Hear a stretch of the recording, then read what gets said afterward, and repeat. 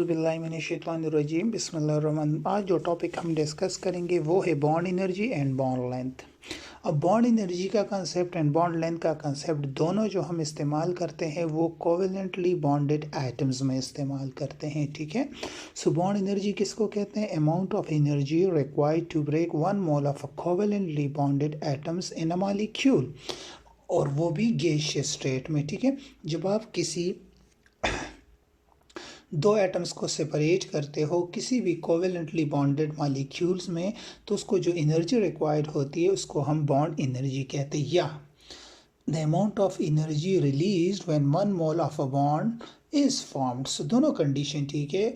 Bond आप तोड़ भी सकते हो और बॉन्ड आप बना भी सकते हो। अगर आप तोड़ोगे तो लेट्स सपोज आप कार्बन कार्बन ट्रिपल बॉन्ड को तोड़ना चाहते हो, सो इट रिक्वायर्ड 837 किलो जॉल पर मोल। आप एच बॉन्ड को तोड़ना चाहते हो, सो 434 किलो जॉल पर मोल एनर्जी चाहिए होती है। लेकिन जब आप एच बॉन्ड बनाओगे तो फिर ये 434 किलो जॉल पर मोल एनर्जी रिलीज करेगा, ठीक है।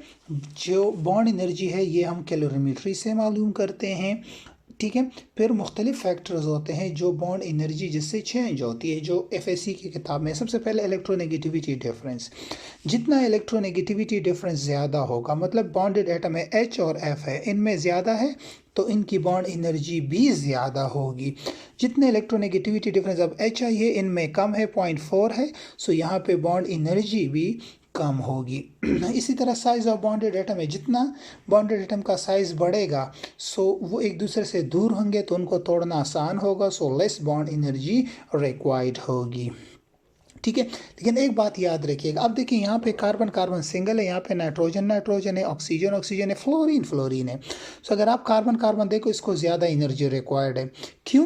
क्योंकि इस कार्बन कार्बन के पास कोई लॉन पेयर नहीं है। अब नाइट्रोजन नाइट्रोजन सिंगल बॉन्ड को अगर देखें तो इसको 163 किलो जॉल पर मोल, ये देखिए इससे ज़्यादा होनी चाहिए, लेकिन क्यों कम है? क्योंकि लॉन पेयर है। लॉन पेयर और ये लॉन पेयर एक दूसरे को रिपेल करते हैं इस तरह, जिसकी वजह से बॉन्ड एनर्जी कम। इसी तरह ऑक्सीजन में देखें, दो लॉन पेयर है तो उसको मजीद कम एनर्जी चाहिए होती है, 146। और अगर आप फ्लोरीन फ्लोरीन को देखें सो दोनों पे 3 लॉन पेयर, उसको मजीद कम एनर्जी चाहिए होती है बॉन्ड ब्रेकिंग के लिए, ठीक है। सो ये बात याद रखिएगा। फिर इसी तरह अगर आप कार्बन ट्रिपल बॉन्ड देखें, कार्बन डबल कार्बन सिंगल, सो यहाँ पे एस करेक्टर पे भी डिपेंड करता है, लेकिन सिर्फ किस में? अल्कीन अल्काइन और अल्काइंस में। यहाँ पे कार्बन कार्बन ट्रिपल बॉन्ड है, कार्बन कार्बन डबल है, कार्बन कार्बन सिंगल है। सो यहाँ पे ट्रिपल बॉन्ड में 50% एस करेक्टर है तो ज़्यादा, डबल बॉन्ड में 33% है तो थोड़ा कम, सिंगल बॉन्ड में उससे भी कम 345 चाहिए होता है। इसी तरह अगर बॉन्ड लेंथ को देखें, so it is the average distance between the nuclei of two covalently bonded atoms। Mean जो डिस्टेंस होता है दो कोवेलेंटली बॉन्डेड एटम्स के, मतलब एच और फ्लोरीन के न्यूक्लियाई के दरमियान जो है, ये determine by x-ray diffraction technique से, ठीक है। और बॉन्ड लेंथ का बहुत इंटरेस्ट का पॉइंट है। बॉन्ड लेंथ उस वक्त आपके पास कैलकुलेट या आप मेजर करते हो जब अट्रैक्टिव फोर्सेस और रिपल्सिव फोर्सेस इक्विलिब्रियम में हो दो बॉन्डेड एटम में, तो फिर कहीं जाके आप बॉन्ड लेंथ मेजर करते हैं। ये बेसिकली एंगस्ट्रॉम में भी कर सकते हो, पिकोमीटर में भी कर सकते हैं। अब अगर आप कार्बन कार्बन सिंगल को देखें तो 1.54 एंगस्ट्रॉम या 154 पिकोमीटर है।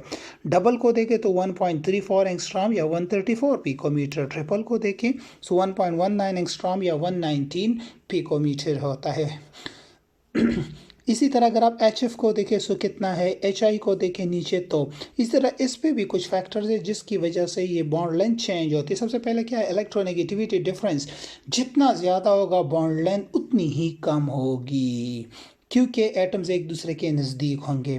फिर बॉन्ड ऑर्डर जितना ज़्यादा होगा बॉन्ड लेंथ कम होगी। कार्बन डबल बॉन्ड है, ट्रिपल है, सिंगल है, ऊपर देखें सो ट्रिपल में कम है, फिर डबल और फिर सिंगल। इसी तरह आखिरी जो है that is size of bonded atom. Bond length जो है, बॉन्ड ऑर्डर नहीं है, बॉन्ड लेंथ जो है साइज ऑफ एटम पे भी, जितना साइज ऑफ एटम बढ़ेगा सो बॉन्ड लेंथ क्या होगी आपके पास? ज़्यादा होगी।